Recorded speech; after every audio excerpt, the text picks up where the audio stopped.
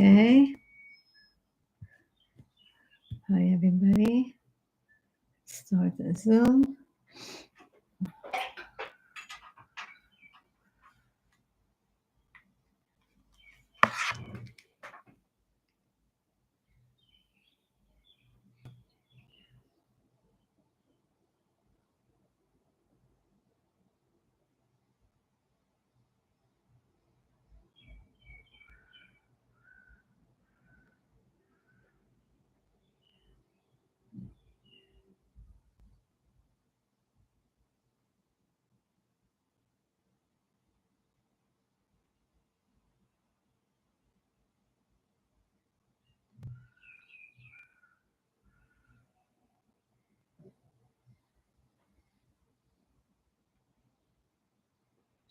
Sorry, it's taking me a little bit. Okay.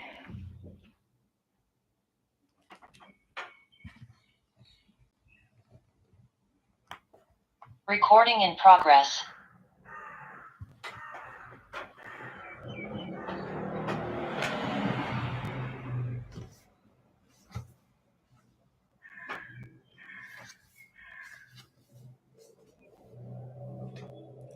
Okay, ready?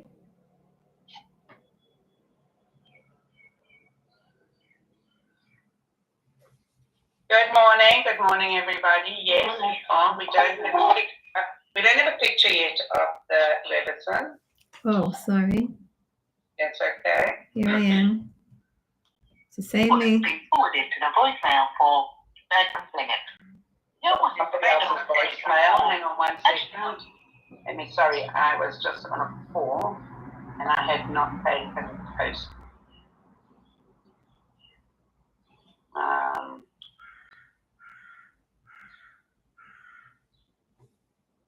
Ready? 1 second, sorry. Okay. Yes, and we are learning Le'ilu Nishmas Bible in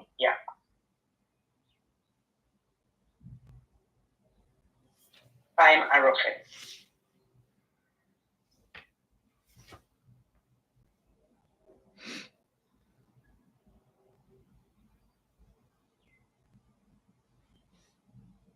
Okay, we're all here. Good morning. Hi, sweetie. How are you? And me, Deborah. Okay, yeah, we should start. Yeah. Start learning. Okay. Good. We're going to talk a little bit about Lag Bomer. Good morning, Katie. We're going to talk about the big Yontif that's coming up tonight that everyone's getting all excited about. And wherever you are, you can feel the light of Reb Shimon Bar Yochai. Even just saying his name has a huge amount of power, spiritual power. Certainly lighting a candle for him. We're going to learn how to light that candle in a moment. It's not lighting a candle. It's a whole ceremony that we're going to do. And that will attach us to the soul of Reb Shimon Bar Yochai. Okay, so first we're going to remember who this Rav was. Reb Shimon Bar Yochai was a student of Rabbi Akiva. Rabbi Akiva was Mashiach ben Yosef, was a level of Mashiach. And you know that all the levels of Mashiach have to come in a very unusual way. David HaMelech and all of the stories, Moshe Rabbeinu, David HaMelech, Yosef Tzaddik, Rabbi Akiva, every one of them had an unusual story. He wasn't, a cookie cutter, yeshiva bacher from the, a meyuchastika family, from a fancy family. Every one of those, every one of the characters that is connected to fixing the world has to be on a certain level. Hashem made a situation where he sneaks their soul into the world, so to speak. And of course, Hashem doesn't have to do anything, but the way the master of the world has created his system, and the system that he himself abides by, is that he wanted to balance the forces of good and evil. So when he brings in a gigantic force of good, he has to somehow confuse or get the approval of, so to speak, his Bezdin Shalmala of evil. And so nobody would have ever expected that Rabbi Akiva, who was the son of converts, he came from a family of converts. No one would have ever expected him, who had such a big distaste for Talmidei Chachamim in his youth. He's like a typical kid who went off the derech, meaning he was angry. He was angry at his own lack of family ties. He was upset at his own. Apparently it looks like that, and he therefore said that when he was in his youth, he said, if I ever come across a Talmid Chacham, I would bite him because I'm so angry at the Talmidei Chacham. It's a very, very deep thing about what he said. But the bottom line is that at that point in his life, nobody, except for one human being in planet Earth, was able to see through the exterior of Rabbi Akiva and see his soul. And she was his wife, Rachel, and she was the one who supported him and encouraged him and created him and made him to the man that he should be. And so kudos to all those women who have to do that in their lives, who have to see through all of the external mess and the confusion and the things that don't appear to be real. And they see through that to the soul of all the people that they're connected to, and they encourage them and encourage them and encourage them.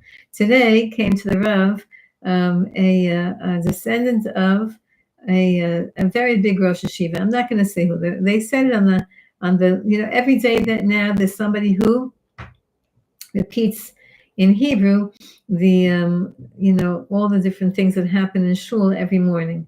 And so the one who repeated it said, this is a boy who is now, I forgot how old they said he was, maybe he's 16. He is a boy who comes from a very, very, very famous family in the yeshiva world, and he went off the derech big time. And then he came back, and he came to the Rav, and he said to the Rav, you tell me what to do. Whatever you say to do, I'm going to do. And then he gave the Rav a petek, a note of all of the different Kabbalah, all the different things that he's been trying to improve on, because he really, I guess he did stuff that he wasn't proud of. That part I'm not aware of, but the details of. But the Rav, first of all, made everybody clap hands in the shul and say, look at this as a boy who's working to overpower, his huge Yetzer Hara and come back at the expense, and also, the embarrassment that he's gone through of, being from a very famous family and, deciding to, have to find his own way. And then the boy's father was there, and the boy's father, the Rav said to him, you know why your son came back? Because you loved him. Because you loved him, you accepted him, you didn't criticize him, you didn't push him away. And that's the derech of the Rav, not to push anybody away and to just have patience. It's superhuman. You need superhuman patience. You need angelic patience to balance that. But keeping the child in a place where the child knows that you love them still. And that's what the Rav said to the father. So the Reb Shimon Bar Yochai's Rebbe was Rabbi Akiva, who started out like that. And then, of course, because he married Rachel, he married his wife, and he attributed all of his success to her, all of it. And she suffered a lot, really a lot, but she was patient, and Baruch Hashem, he was able to show her his appreciation publicly. So Rabbi Akiva, he knew all the secrets of Moshe Rabbeinu. He actually all of these were tzaddikim who had the power of the soul of Moshe Rabbeinu, and to different degrees.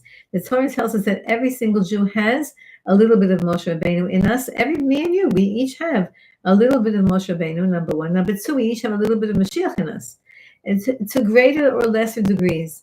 And that's what we'll be able to listen to Mashiach Tzidkenu when he comes, because part of us will relate to him and say, oh yeah, I recognize something about him. I can't exactly explain what, but I recognize something about him. And that, what you recognize about Mashiach, is the part that's inside of you. And so Rabbi Akiva received the entire Kabbalah. And, the Chazal tell us that the Sefer HaYetzirah, which we have right now, which is, by the way, translated into English, but it's like a very mysterious book by Aryeh Kaplan Zatzal, translated into English for us, and but it's very, you can't, it's a code. The whole thing is in code. That was written by Avram Avinu from the teachings that Shem ben Noach taught him. The son of Noach, who's called Shem, was our ancestor. Shem is Semites, and he taught Avram Avinu. He taught his grandson Aver, and they both taught Avram Avinu the entire Torah of the Kabbalah, of the system of how Hashem makes the world run.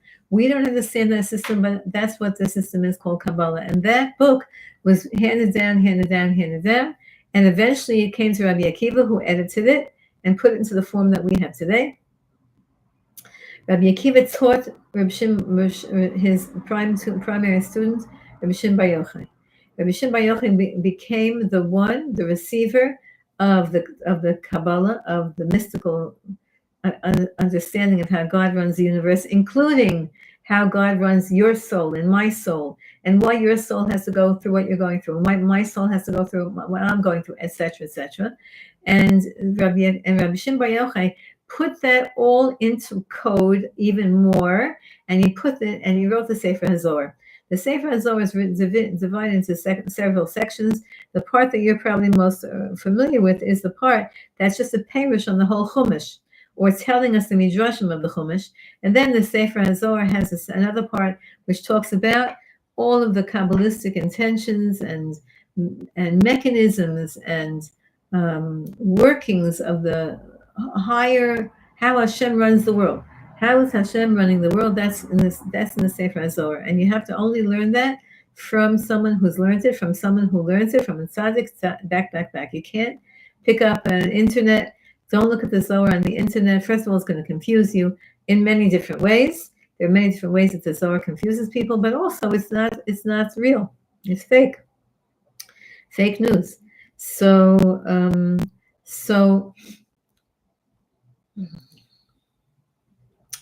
in the Zohar, we have many different understandings of how Rabbi Shimon Bar Yochai wrote the Zohar and how he taught it to his son and to his Talmidim. But it was taught to him by Rabbi Akiva in person, and then it was taught to him and reviewed with him by Eliyahu Hanavi all of the years that he was in the cave, and also by different Tanaim who used to come to him, different teachers who would come to him when he was in the cave and explain and talk about what's this entire mystery called Sefer HaZohar. Now, one of the biggest mysteries in the Zohar, which I'm going to reveal to you right now, and it's something that the Baal Shem Tov reviewed over and over again, is that just like a human body is made up of trillions of cells, and each cell has its particular function, and the cells are different from each other. A brain cell looks different than a cheek cell, which looks different than a toenail cell. They all have a similar structure, but they have a different function and a different, they have a primary structure the same. They all have a nucleus, they all have a cell membrane, but the primary structure is the same, but the external structure is different. And they all have different jobs. And even within the heart, you have all the heart cells, cardiac cells, but each of those cardiac cells has a different function within the heart. So too, and that's within every one of us. Every one of us has this. And if you want to become, let's say, for example, you're tired and you can't learn and you can't daven, so read a book on, or listen to a YouTube or a TED Talk on biology, and see the incredible complexity of the body, and understand that that's God talking to you and telling you, number one, how great He is. Number two, the Jewish people are considered one body. We're considered one body, made up of all the different souls. Each soul has the following: the same basic structure, which we all share, which is why we cannot have superiority one person to the other, but also different functions and different externalities. We all look different and we think different. We look differently, we think differently. Even identical twins are different. So we have this same idea that within the Koma, within Knesset Yisrael, within the Jewish people, we are all cells, and everyone has a commonality and a differentiation. The differentiation is our responsibility to do our job in this world. The commonality is the fact that we have to look at each other and love each other. Everybody knows the following. If you're lucky enough to love somebody, let's say, for example, you have a pure love for another human being, then you really love, or you try to love, all the people that are related to that human being. Let's say you have a couple. I know a couple like this. They are a second marriage. He was a widow and she was divorced. And she had 5 kids and he had 5 kids. And she wanted to make her life work, and she married him. And she just made herself love all of his children. Now, they were young when their mother died, but they remember her. And she's a friend of mine. Her project in life was, I'm going to love these children. I'm going to love him because I want to love my husband, and I want to be a pure love. So she loved them because she loved him. And the truth is, this is already 30 years ago, this story, and she married them all off, and she's bubby to all of the grandchildren and almost great-grandchildren. So a person who really loves somebody, that's how you can tell if your love is pure or if your love is selfish. Because there's such a thing as selfish love. I love you because you make me feel good. I love you because you make me feel loved and wanted and special, whatever. That's a selfish love. But I love you for you.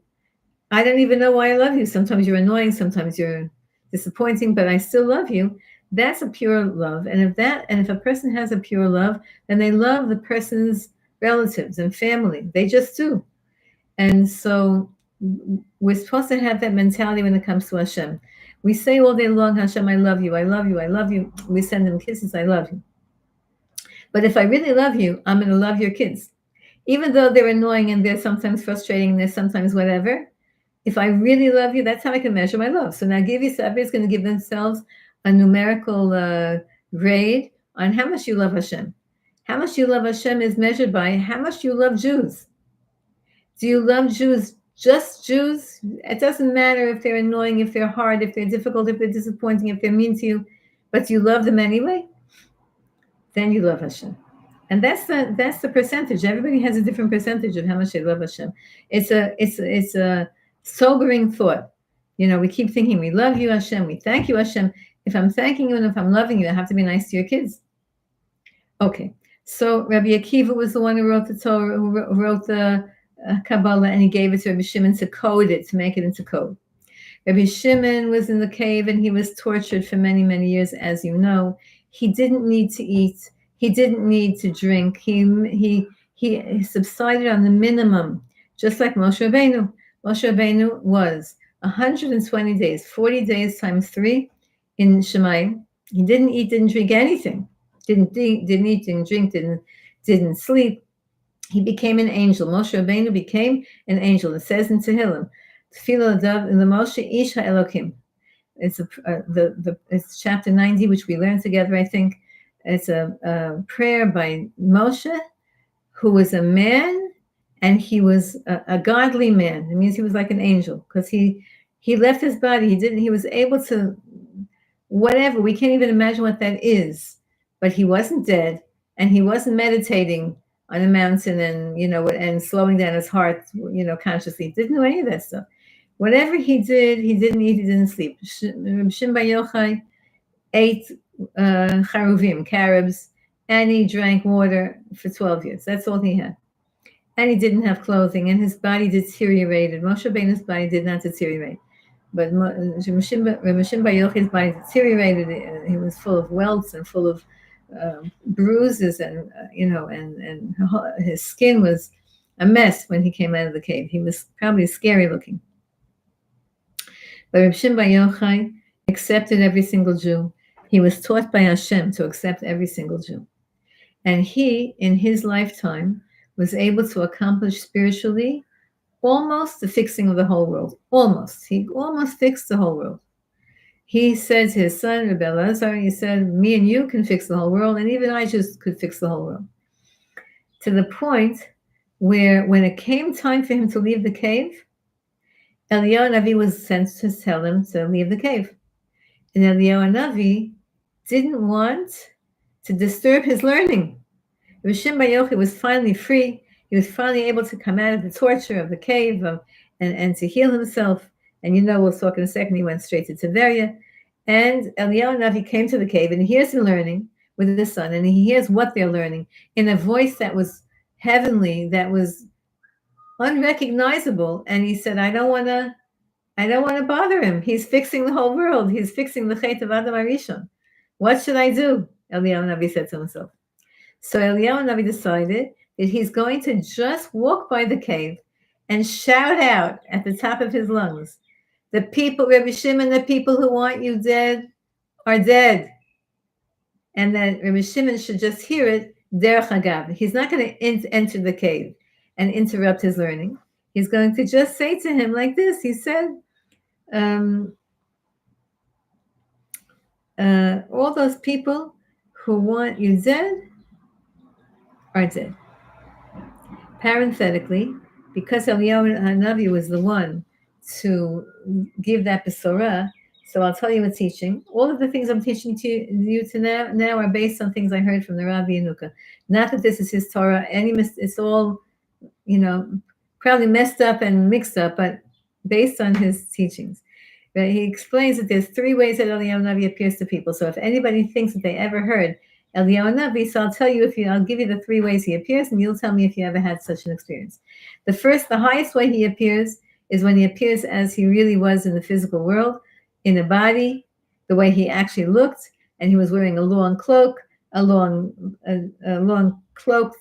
was wearing a very thick leather belt, and that is how he appears to the tzaddikim in his original physical form.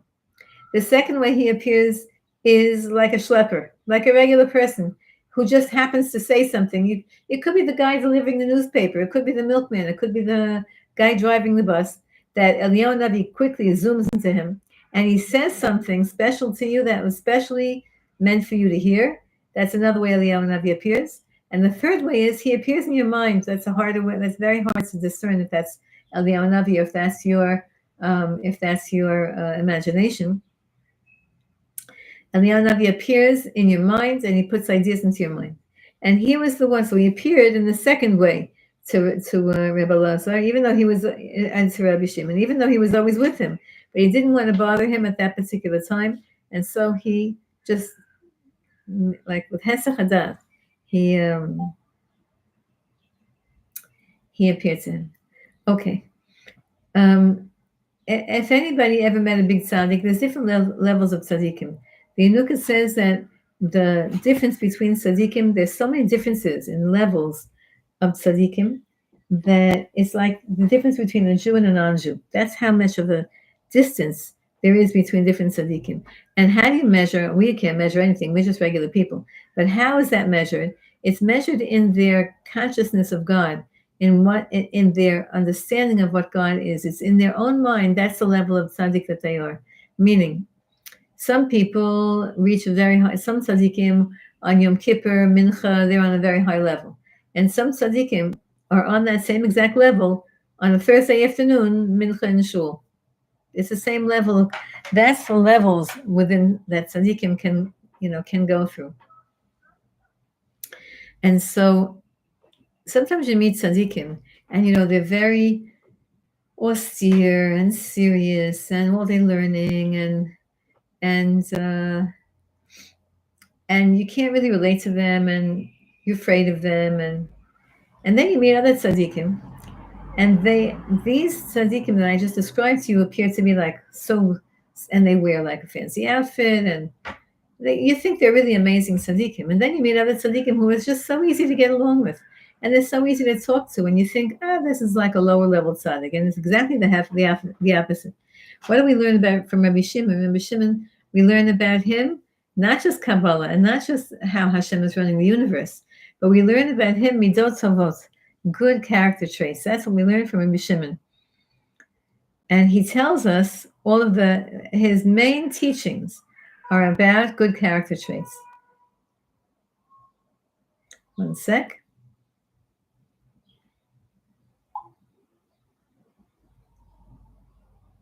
One sec.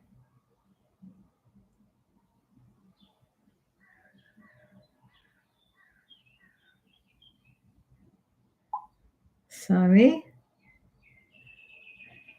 Okay, so one of the things that I told the ladies yesterday, and I'm going to say it to you today, is the following. I just mentioned to you that Rabbi Shimon, when he came out of the cave, he was all full of sores and swelling, and he really didn't, his body didn't, his body was suffering from that experience. And they took him right away to Tiberia, because remember, he was in Meron, in that area over there in the north someplace. We don't exactly know which cave he was in. Where we go to now is probably not the place that he was in Meron, but he went out to Tiberia, and he bathed in the Chamei Tiberia. Was anybody ever in Chamei Tiberia? Chamei Tiberia is right on the main road when you're coming into Tiberia, right near Reb Meir Balanes. Is Chamei? They're special natural hot springs, mineral springs. And they're very, very healing. People do that just like the Dead Sea. It's the same because it's the same spring that's running underground from all the way in the south on the Dead Sea, all the way to the north in Tiberia. So that's very healing. Those waters are very healing. The water of Tiberia, very, very healing, very mystical, all connected to this mikveh of the Ariya Kadosh and Tzfat. And all of these waters, the underground waters, are very, very, the Mayanot in the north, they're very holy, very mystical, very, very otherworldly. Anyway, he went to the Chamei Tiberia, and the waters healed him. So he decided, I have to pay back. I have to give back, say thank you to Tiberia. How do you say thank you to a whole city? Nowadays, if you ask someone, how do I say thank you to a city? The mayor will say, you donate us $10 million, we'll make a park in your name, or something like that. How did he thank Tiberia? He said like this. The tzaddikim of Tiberia said he asked them, what's happening here in Tiberia? After all, he was absent the whole time. They said, we cannot have Kohanim here. Kohanim can't come because there's a lot of tamei mates, there's a lot of dead bodies, and we don't know where they're buried because there was all kinds of mix-ups. We don't know where the cemeteries are here. We don't know where people are buried. There are people buried on the road. There were all kinds of things that were happening, the Roman army, and we can't, it was after the time of the destruction of the Beis Hamikdash, but still people were makpid on tahara, purity. Certainly the Kohanim were makpid. And so if you could figure out a way to litaher et ha'ir Tiberia, to purify from the tumat made, from the impurity of dead bodies, the city of Tiberia. So Rabbi Shimon said, sure. And he walked up and down every street in Tiberia. And any time that there was a dead body that was buried someplace in the area, it would rise to the surface. And they would either collect the body and rebury it someplace else, or if that wasn't possible, they would it would bury itself back, and he would make a marker there. So everyone knew where people were buried. And everybody knows, if you ever drive up north, you see along the main roads here, all the different kfarim of different Tanaim, different Amoraim. And there was one kuti, there was one heretic, a non-Jewish heretic, who wanted to show everyone that Rabbi Shimon was a faker, chas v'shalom. And so he went into a place where Rabbi Shimon had already said it's clean of dead bodies, and he himself took a dead body and he buried it in a place where Rabbi Shimon said it's already clean. And then he called everybody there and he said, look, everybody, you see, Rabbi Shimon said this place is clean, and look, and he started digging up what he had just buried, and he said, see, there's a dead body here. Rabbi Shimon said, that's how you act towards a person who's doing what I'm doing, and that's how you're trying to undermine belief in a tzaddik. What happened? He who is in the ground should stand up, and he who's standing up should go in the ground. And that guy died, the guy who was trying to undermine Rabbi Shimon Bar Yochai, he died, and the guy who was dead, who was actually dead, he came back to life again. Just to show the power of tzaddikim. It's very, very, very important for us to have emunat tzaddikim, to have trust in the halachic authority of the rabbinical world, that is the true rabbinical world, that has been saving us and keeping us, on the path of Torah since the very beginning of time. And I always tell people that I find it very amusing and it's happily amusing to me, because there's a section, I don't know if there are even Jews anymore, They used to be Jews, and they're called Reform and Conservative and Reconstructionist. Conservative, I don't think they so much intermarried. Reform and Reconstructionists had no problem intermarrying, and there's no Judaism by them anymore because no one knows who's what. But the interest, and they reject the written Torah. Part of the written Torah, they reject the oral Torah, the complete oral Torah, or they pick parts of it that they consider culturally acceptable, whatever. But I think it's wonderful that they all keep Pesach the same day that we keep Pesach. And they all keep Rosh Hashanah the same day we all keep Rosh Hashanah, which means the calendar that we have right now is rabbinic. Means the rabbis settled on the calendar that we have right now. It used to be in times of temple, in the times of in the times of the temple, that we would make every single month, we would declare Rosh Chodesh based on people would see the new moon. They knew exactly what it looked like. They had to run to Yerushalayim. And well, they actually were staying in Yerushalayim, and they had to testify to the Sanhedrin what they had seen and where in the sky they saw it and what exactly time it was. Now the Sanhedrin had that list. They knew exactly for every single month, exactly where in the sky the moon would appear and exactly what it would look like and exactly what moment it would be. And the witnesses would come, and they would say that they found it, and they would say that they saw that.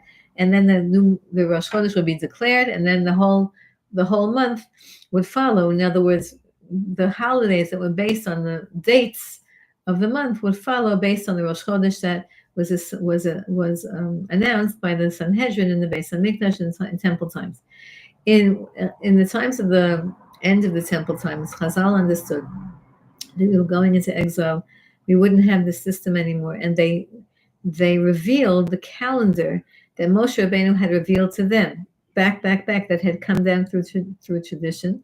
And they revealed it, and they put it together, and that's all coming from Torah Shebaal Peh, and that's the calendar that all Jews use on the planet, and that's the only calendar that exists, and that's why the Reform and Conservative and Reconstructionists and any other group of Jews that want to have a title to them other than Orthodox, they're using that same calendar. So Mamela, by in and of itself, they're accepting part of all the holidays are their affiliation with rabbinical authority. So that's a good thing for them.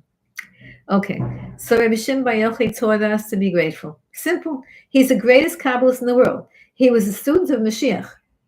He was Moshe Rabbeinu's soul. And he teaches us the simple lesson of Hakarat HaTov. Be grateful. Be grateful. For anything that anyone ever did to you, anyone that ever did you a favor, you have to be grateful to them. And maybe even your whole life, you have to be grateful to them. So that's the first meaning. And everyone has their own stories about Hakarat HaTov and how we have to show Hakarat HaTov. We have to show gratitude. Rabbi Shimon's day is called Hod Shebahod.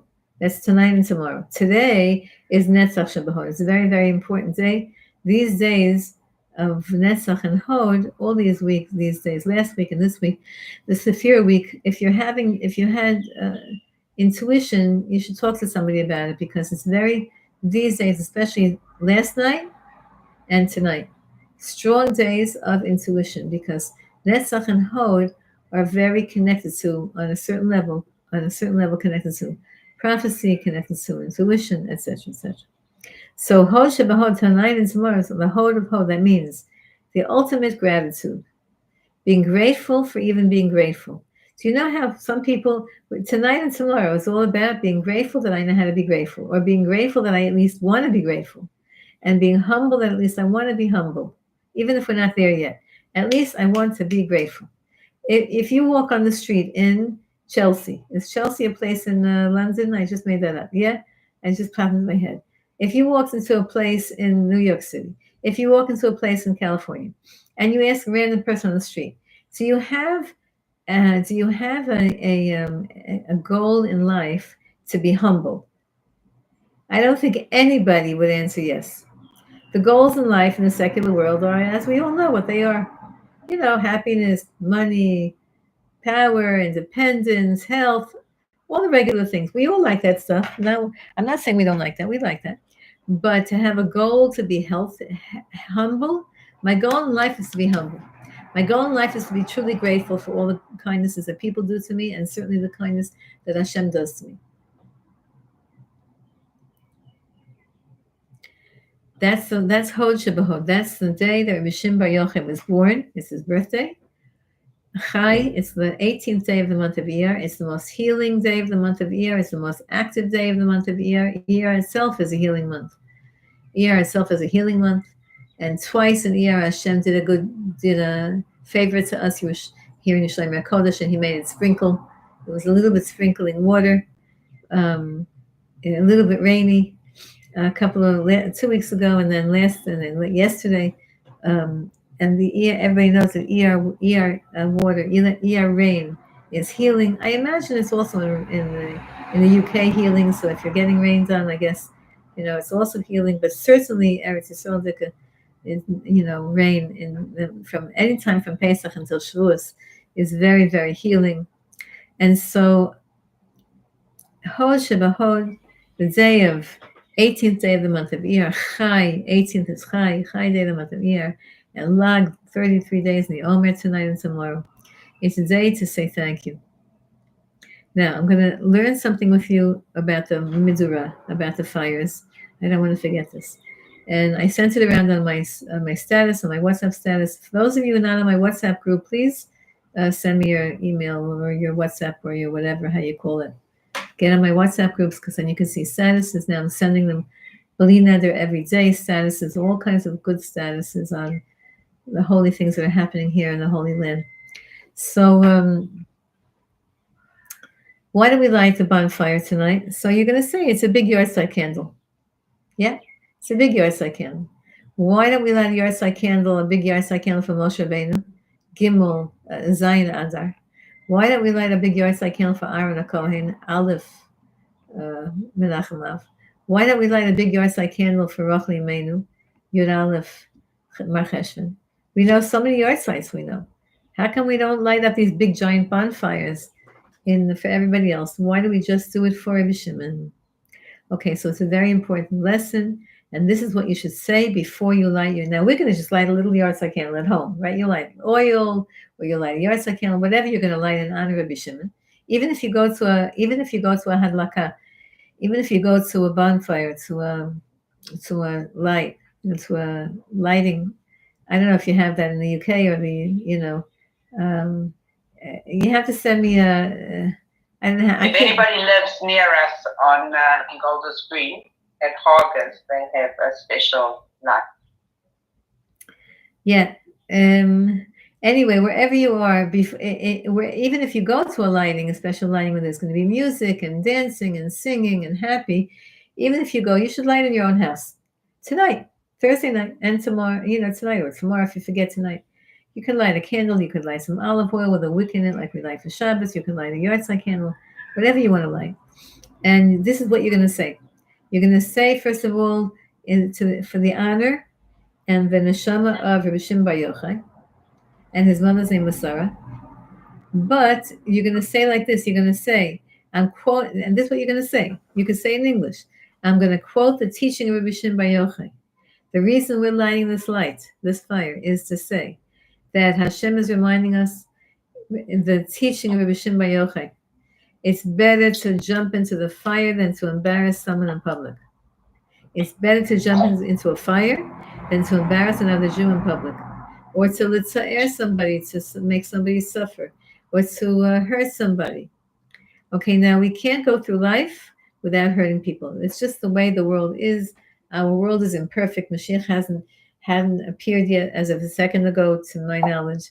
So it's hard not to hurt people in life. It's hard not to insult people, because we don't even know. Some people are so sensitive, we don't even realize that we're insulting them, and they're so sensitive to insults that you could say the slightest thing, and it's like, it hurts them, and they might not even tell you that it hurts them. But so we don't know. It's hard to go through life without hurting somebody. But to embarrass someone in public, a regular Jew in public, I'm not talking about an evil,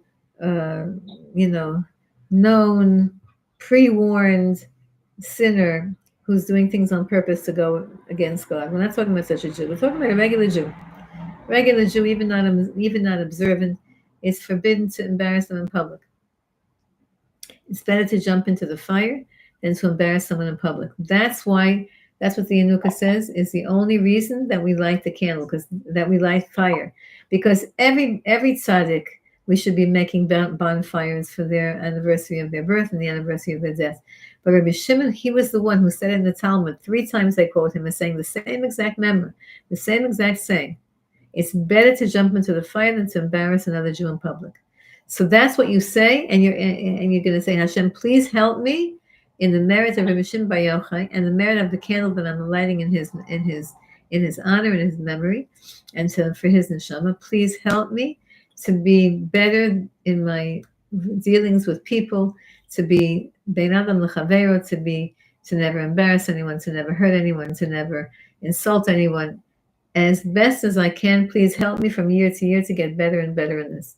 And again, we can't be perfect till Mashiach comes. To embarrass somebody, it's easier to avoid embarrassing someone than to just hurt him, because hurting people we're not sensitive to, but embarrassing, we know it's embarrassing to people. Whatever would be embarrassing to you, even though, and I'm thinking about that, sometimes we embarrass kids and they're so embarrassed and we think like, what's the big deal? I just say, you're so cute, or I haven't seen you in such a long time, you're so tall, you got so big, and kids get embarrassed. I'm talking about really a really embarrassing moment.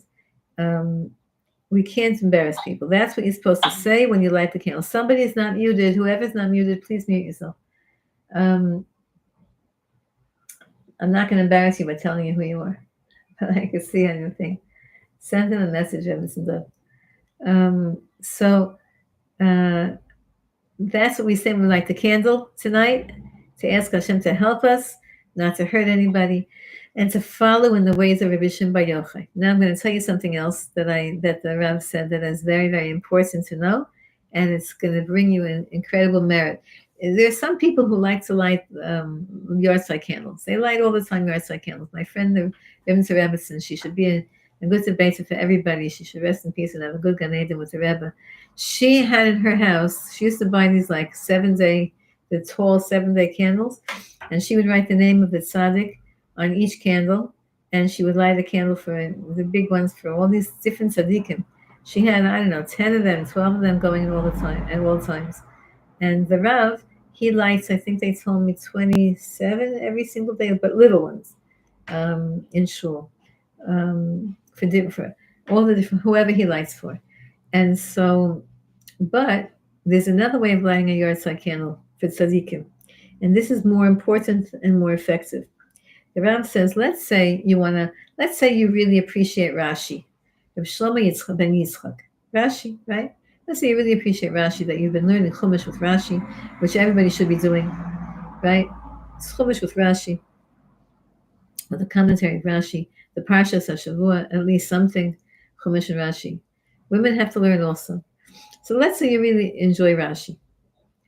And so guess what? Let's say you decide you're going to learn Rashi something, and you go into the room and you open the light.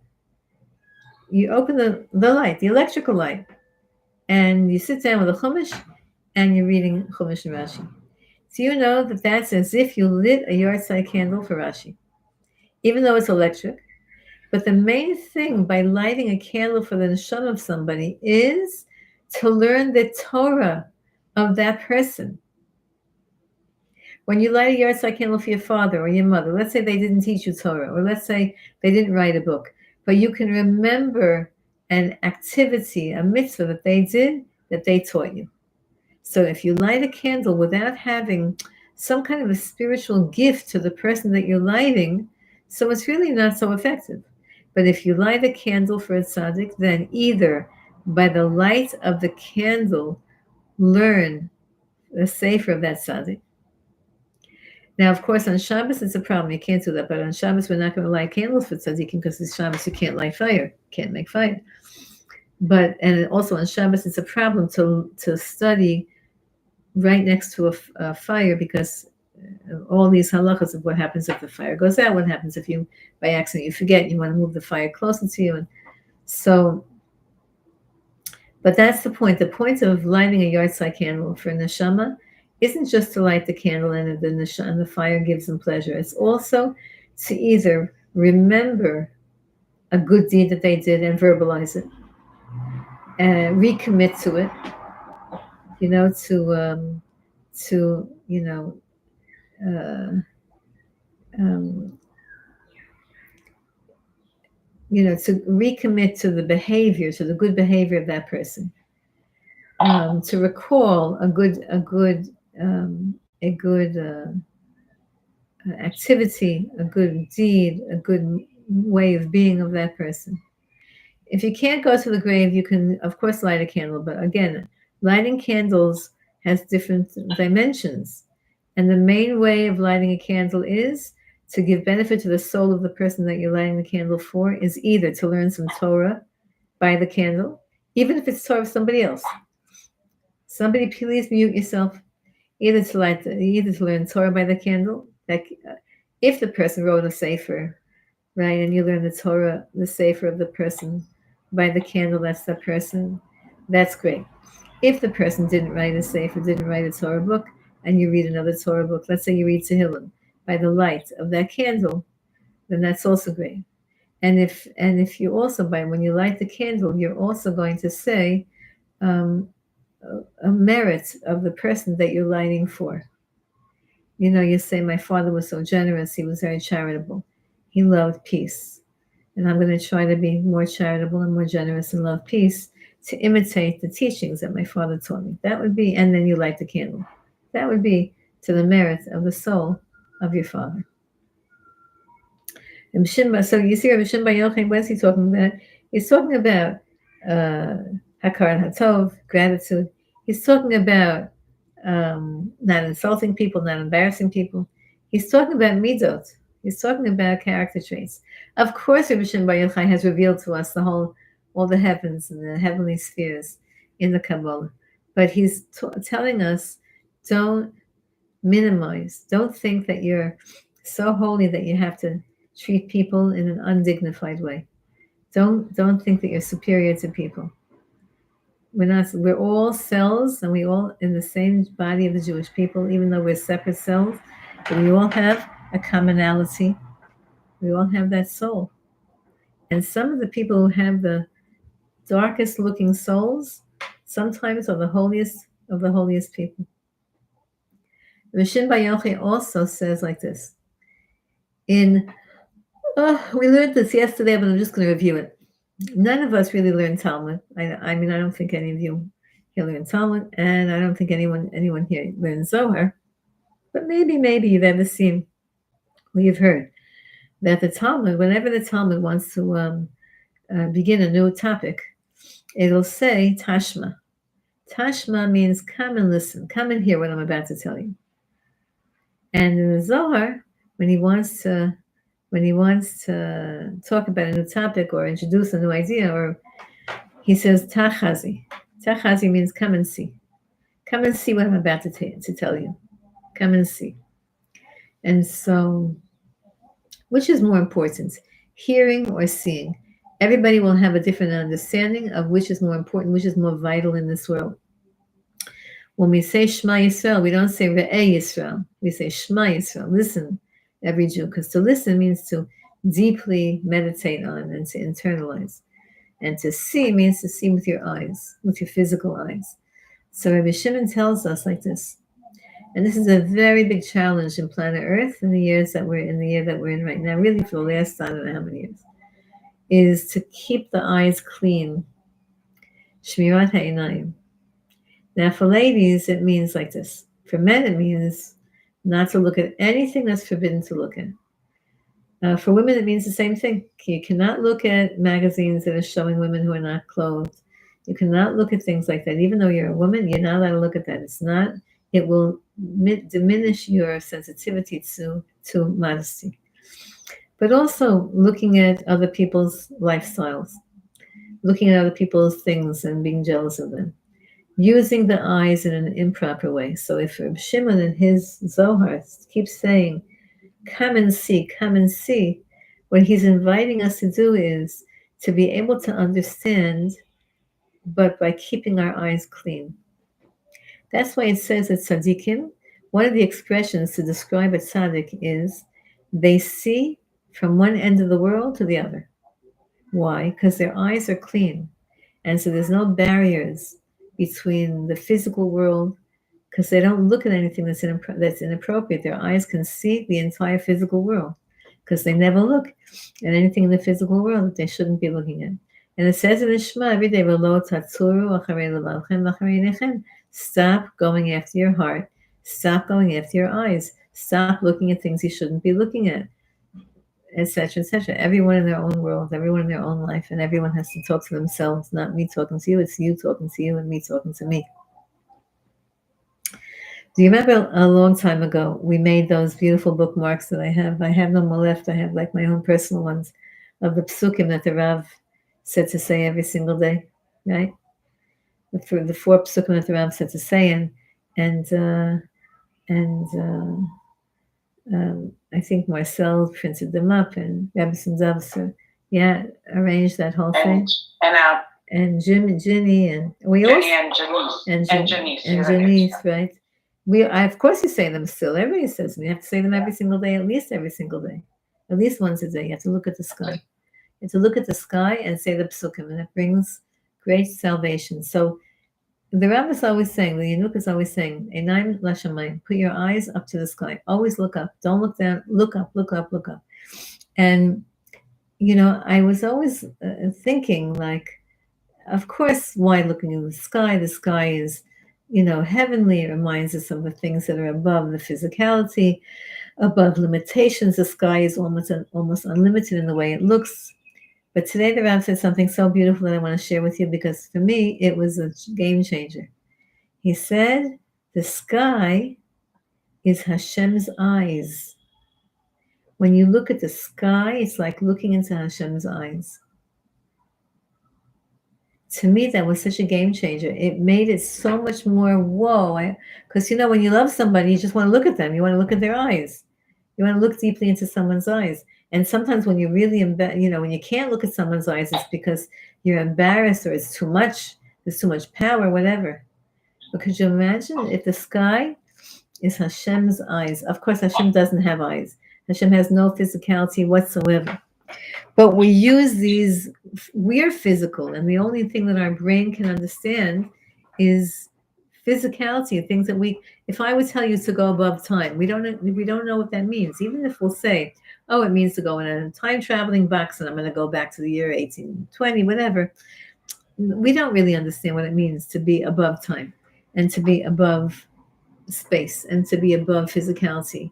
We don't understand we don't understand what these things mean. We just use words that will convey an idea that will somehow give over the energy of the thought. So Hashem has no eyes. Please mute yourself. Whoever's unmuted, you can't mute her. Maybe so mute yourself. Okay, so now you also mute yourself. So because every time, every movement on an unmuted camera makes noise. Anyway, that's what we say. The sky is Hashem's eyes. That's why the Rav said it, to make it easier. Now you're going to ever stop looking at the sky. Now we're going to always look up at the sky. Like if that's Hashem's eyes, right? First of all, it shows you how big Hashem is. Of course, again, we're just saying words that are just making sense to humans that are so limited. Our brain is so small and limited. But could you imagine the greatness of Hashem? If that's his eyes, go out to the beach, look at the huge horizon, and you see that there's even more that you can't see. And that's Hashem's eyes looking at you with love, looking at you with compassion, looking at you with understanding, acceptance. And Hashem has faith in us that we can do what we have to do. Hashem has faith in us that we can do what we have to do. Hashem has faith in us that we'll be able to do what we need to do. So look up at the sky and then say the psukim. Now it's a whole different experience, right? It's a whole different experience. And that's why you could look at the sky. Sometimes Hashem cries. When it's raining, sometimes Hashem cries. And even though rain is a blessed thing and it's a bracha, but sometimes Hashem, lightning and thunder in the sky, all kinds of things in the sky. Sometimes Hashem makes a beautiful rainbow in the sky.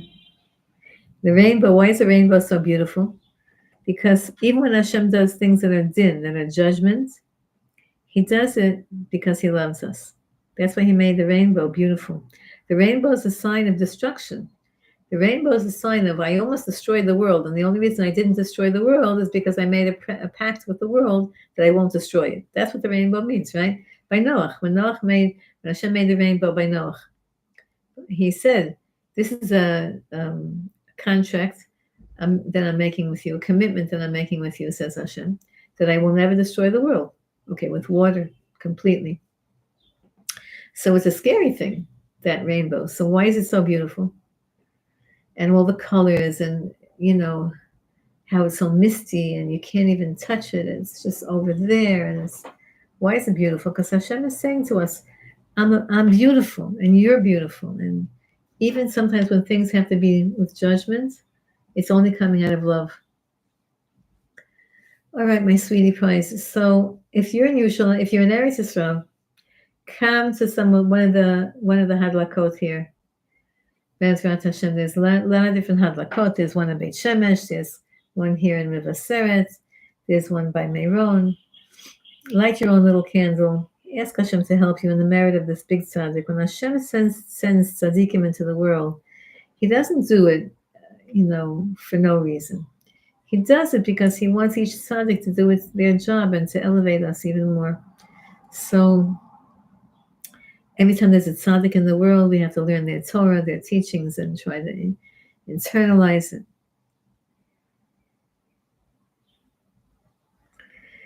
Okay, Rebbe Zav, hi. Hi, Jenny. Hi, Pauline. Hi, Yudit Batya. Hi, Marcel. Hi, Emma. Hi, Nomi Toft. Hi, Chana. Hi, Shulamit. Hi, Shala.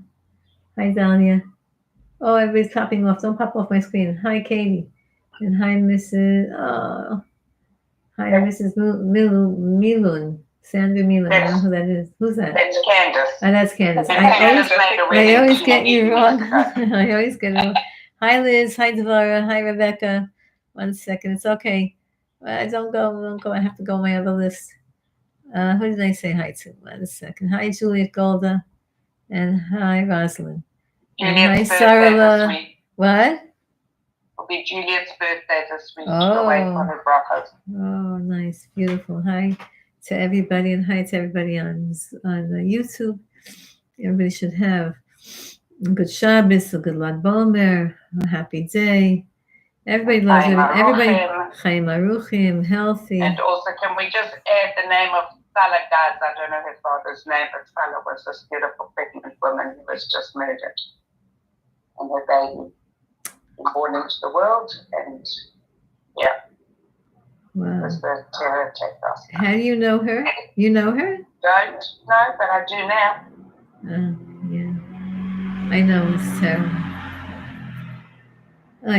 Till Mashiach comes. Okay, let me read all the chats because I can't read them when I'm teaching. It's when I'm talking, and they all disappeared. What? Okay. L'chaim to your parents' wedding anniversary, Rebecca Tarlo. L'chaim, Mazel Tov. Okay, I can't do that because I can't write this down. So I'll send you the Emma, numbers. okay, everybody, okay, ever since I was I've already added them all. I'll add you as well. Oh, you're so good, Shulamit. Thank you so Emma much. and Liz. Have you got Liz Kleiman's number? Yeah, I just copied it. Thank you. And Lily says Lily and Katie and all these things on the chat. Okay, Shulamit, you have a whole bunch of work to do there. Okay, sweetie pies. Have a good Shabbos, a good Yom Thank you. Good Shabbos. And for anybody who would like to join us tonight, 8 p.m., we have Rebbetzin Gottlieb. And and we look forward to seeing everybody. Okay. Okay. Okay. Bye, everybody. Good Have a Shabbos. beautiful day. Good And Shabbos. thank you. Thank you for giving us Netzach. Thank you for giving us Word. And thank you for teaching us. You're so welcome. I can't find you how to turn you off. It's so funny. I hear you. It's okay. I'll turn you all off. Okay, turn us Mazel off. Tov, Juliet. Okay. Lots of love, everybody. Mazel Tov to Juliet. Happy birthday. Thank you so much. Oh, happy birthday. Happy Thank you, birthday. Edison. It was amazing. Thank you, sweetie pie. Okay, you turn it off because I can't find it. I'm turning off also YouTube. Have a great day, everybody.